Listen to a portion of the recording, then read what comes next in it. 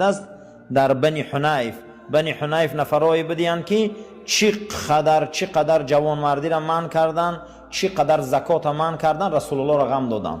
بعد از اون میگه وقتی که آمدن گفتن والله ما کان علی الارض وجه ابغض الی من وجهک فقد اصبح وجهک احب الوجوه كلها الی. مردم آمدن گفتن که در این زمین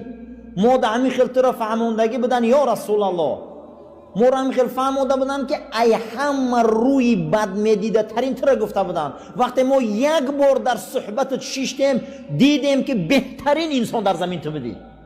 ولی آدم در قفاش هر گپا میگن ارجوده، لیکن یک بار روبروی آدم شدن دیگه خیلی آدم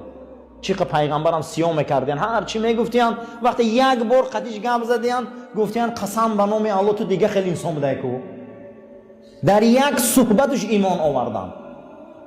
در یک صحبت